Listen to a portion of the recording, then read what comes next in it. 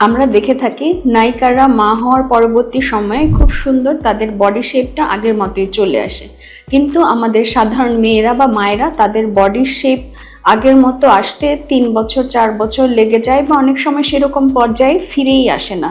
তাহলে মেয়েদের প্রেগনেন্সির পরে বা বুকের দুধ পান করানোর পরে শরীরে কি কি পরিবর্তন হয় এবং সেটা আমরা কিভাবে নিজেদেরকে আবার শেপটা আগের শেপে নিয়ে আসতে পারি, এই নিয়ে আজকে কথা বলবো। বাচ্চা জন্মদানের পরে দেখা যায় মেয়েদের শরীরে বিভিন্ন ধরনের পরিবর্তন। বাচ্চাকে বুকের দুধ খাওয়ানোর পরে তার দেখা যায় যে তার শরীরের বিভিন্ন জায়গায় অতিরিক্ত চর্বি জমা হয়। সেটা হতে পারে, বেশিরভাগ দেখা যায় পেটে চর্বি জমা হয়, আর্মে জমা হয়, থুতনির নিচে জমা হয় এবং বাটকে অ্যান্ড থাইয়ের মধ্যে জমা হয়, পেছন সাইডে জমা হয়। যে মেয়েরা যে ব্রা পরে ব্রা লাইন বরাবর এবং ওখানে আমরা বলে থাকি লাভ হ্যান্ডেল, দুটো ফোল্ডের মতো হয়ে থাকে, এভাবে চর্বি জমা হয়ে থাকে।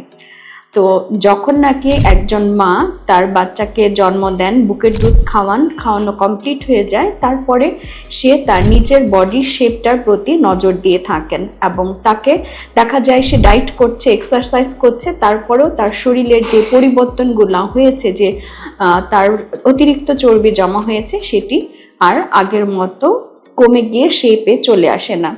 আবার দেখা যায় যে ব্রেস্ট ফিডিং এর পরে তার মায়ের যে ব্রেস্টের পরিবর্তন পরিলক্ষিত হয়, যেমন ব্রেস্ট কারো শ্রিঙ্ক করে, ঝুলে যায়, কারো বেলায় বড় ব্রেস্ট থাকে, সেই ক্ষেত্রে আমাদের ব্রেস্টের শেপটা সাইজটা আমাদের আগের মতো নিয়ে আসতে হয়। আবার কারো বেলায় দেখা যায় যে তার বাচ্চা জন্ম দেওয়ার পর তল পেটের ফাটা দেখা যায়, কিছু দাগ পড়ে, সেটা নিয়েও তারা চিন্তিত থাকে।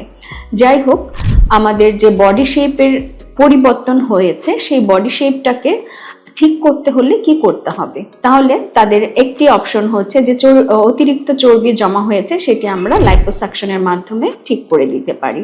আবার দেখা যায় অতিরিক্ত চর্বি সহ চামড়া পেটে ঝুলে পড়ে, সেই ক্ষেত্রে লাইপোসাকশন করে চর্বি কমিয়ে যে অতিরিক্ত চামড়া ঝুলে পড়েছে সেটি আমরা আরেকটি প্রসিডিউর, টামি টাক প্রসিডিউরের মাধ্যমে কারেকশন করে দিয়ে থাকি। আর ব্রেস্টের যে পরিবর্তন হয়েছে, যেমন ব্রেস্ট ছোট হয়ে গিয়েছে, শ্রিঙ্ক করেছে, সেক্ষেত্রে আমরা ব্রেস্ট অগমেন্টেশন বা ছোট ব্রেস্ট বড় করে দিতে পারি, ব্রেস্ট ইমপ্ল্যান্ট, অথবা তার যে চর্বি সেই চর্বি নিয়ে প্রসেস করে ফ্যাট গ্রাফট বা লাইপোফিলিং এর মাধ্যমে। আর যার ব্রেস্ট ঝুলে গিয়েছে সেই ক্ষেত্রে ব্রেস্টের কারেকশন আমরা করতে পারি ব্রেস্ট লিফট বা মাস্টোপেক্সি একটি প্রসিডিউর।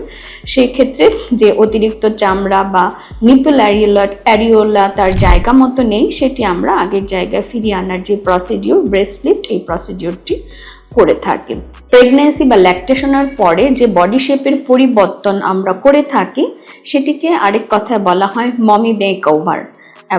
আপনারা অনেকে এই টার্মটি শুনে থাকবেন, মমি মেক ওভার। এই প্রসিডিউরটি হচ্ছে টোটাল প্রসিডিউর, যেটা আমরা এই পরিবর্তনগুলা তার বডি শেপে নিয়ে আসার জন্য করে থাকি। ধন্যবাদ।